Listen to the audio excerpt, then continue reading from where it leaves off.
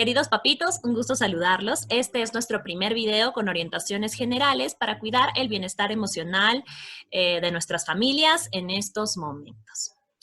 Bien, sabemos que esta es una situación nueva y complicada para todos. Es algo que nos ha tomado totalmente por sorpresa y no hemos tenido el tiempo de adaptarnos ni de aceptar lo que está pasando. Simplemente nos ha tocado acatar cómo viene el estado de emergencia y las cosas que se nos están pidiendo.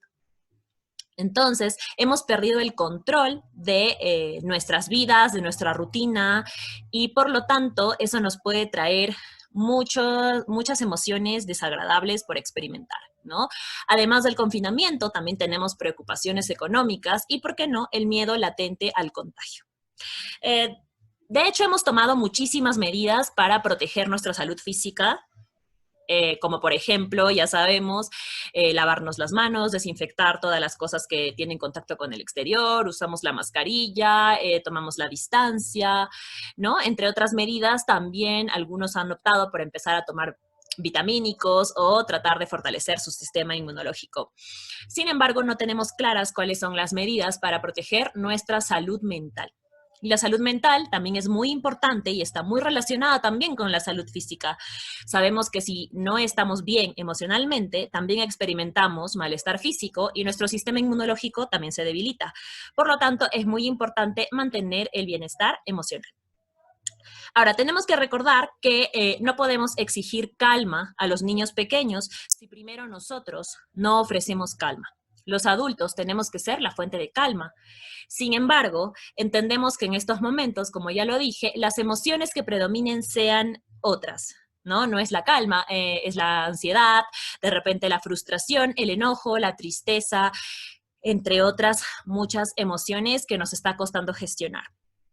Es importante tomar en cuenta que las emociones no se pueden bloquear, no se pueden eliminar, no se pueden simplemente desaparecer, pero sí las podemos redirigir de una forma constructiva. Podemos tratar de escucharlas porque nos están transmitiendo un mensaje y de acuerdo a eso canalizarlas y poder ir superando poco a poco. Bien, entonces tenemos que gestionar nosotros nuestras emociones como adultos para poder transmitir esta enseñanza a nuestros pequeños y que ellos puedan también aprender a gestionarlas. Les traigo aquí algunas herramientas muy pequeñas, de repente muy simples, que podemos aplicar todos, adultos, niños, adolescentes. La primera es tener un emociómetro. Un emociómetro es como un termómetro, pero de las emociones. Bien, en el colegio habíamos elaborado algunos para los niños más pequeños. Es importante que para gestionar las emociones tenemos que conocer cuáles son. Y tenemos las básicas, ya sabemos todos, conocemos la alegría, la tristeza, el enojo, el miedo. También podemos poner en práctica la calma, podemos poner en práctica la frustración, de repente la vergüenza, entre otras. De acuerdo a la edad de nuestros chicos, podemos ir incrementando la dificultad o la cantidad de emociones que vamos a enseñar. Yo sé que en estos momentos no tenemos muchos materiales en casa, entonces hagamos el más simple que podamos. Aquí les he puesto algunos ejemplos, de repente que en la escuela se pueden hacer, pero en casa podemos usar también caritas, y de acuerdo a la edad de los niños, simplemente sería importante tener los nombres de las emociones de repente, o simplemente poder decir cada uno cómo se siente al empezar el día. Tanto mamá, papá, como los hermanos y todos los miembros de la familia, poder decir cómo se sienten al momento de empezar cada día. Esto va a ser una costumbre, de modo que cuando llegue un momento de una emoción intensa o de una emoción más fuerte, el niño va a poder reconocerla porque está acostumbrado a que en todo momento del día o antes de empezar una actividad, dice cómo se siente, entonces ya es parte de su vocabulario. Recordemos que cuando los niños no tienen el vocabulario emocional o no tienen la capacidad de verbalizar sus emociones, entonces lo que hacen es mostrarlas mediante la conducta, ¿no? Como puede ser con rabietas o con rebeldía. Por eso es importante que aprendamos a verbalizar las emociones.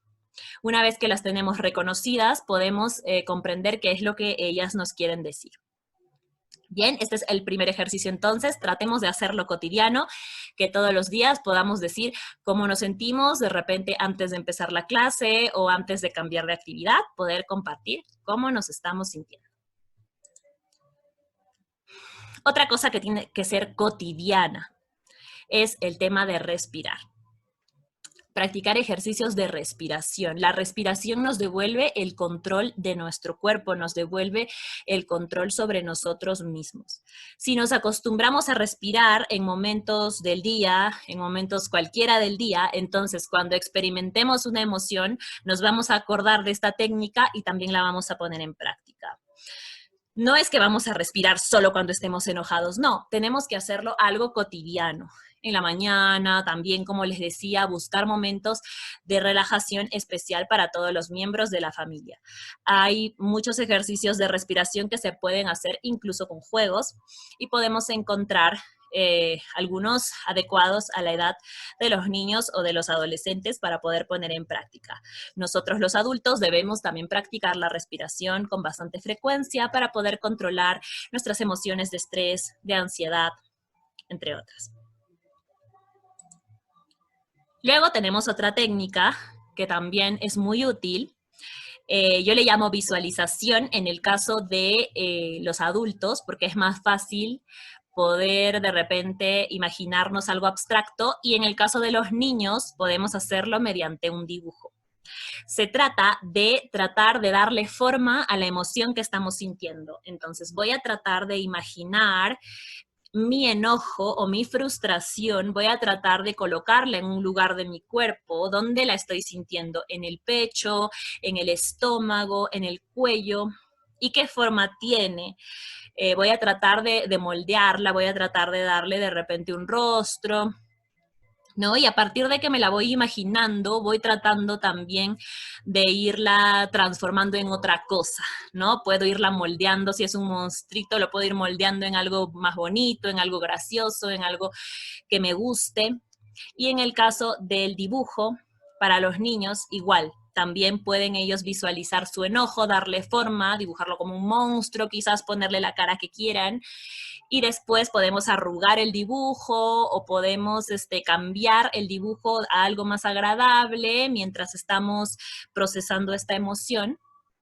Y algo muy útil para los niños, de repente podemos habilitar en casa unos frasquitos o unas cajitas donde pongamos emociones del día o separarlas por emociones también, y vamos guardando ahí los dibujos de las emociones que ya han sido procesadas o canalizadas.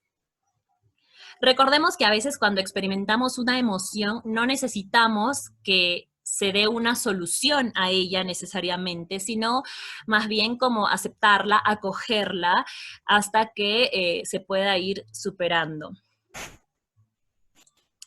Y por último, es muy importante que todos tengamos espacios de descarga verbal. Acompañado al dibujo que les explicaba anteriormente, el niño te va a ir explicando, ¿no? Un poco cómo es la historia de esa emoción o por qué se sintió así.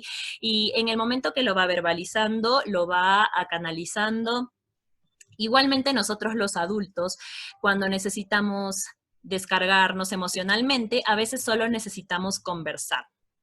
Repito nuevamente, cuando alguien viene y te cuenta sus emociones, no es necesario que le des una solución. Basta con que estés ahí, con que contengas, con que acompañes y con que escuches.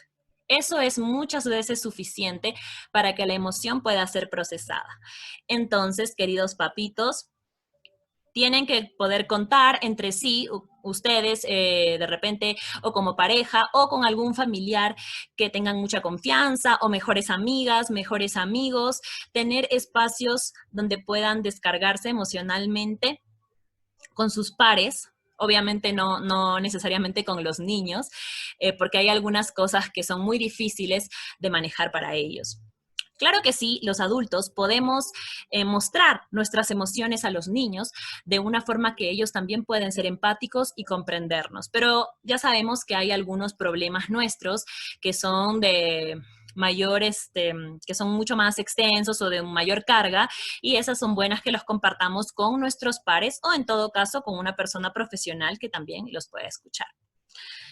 Bien, papitos, esto es lo más importante que les puedo compartir por ahora, algunos tips básicos de cómo poder mantener la calma en estos momentos. Es importante que pongamos en práctica todos estos ejercicios de manera cotidiana. Y recordemos que estamos en tiempo de conectar. Recordemos que aprovechando todo este espacio de canalizar emociones con nuestros niños, vamos a lograr encontrar con ellos una conexión que nunca va a ser olvidada, nunca va a ser reemplazada. Y a partir del trabajo con este vínculo, vamos a lograr también que los momentos de corrección, es decir, los momentos en que tengamos que de repente llamar la atención o que tengamos que corregir, van a dar muchísimos más frutos. Bueno, muchísimas gracias y cualquier consulta no duden en contactarme para poder conversar personalmente.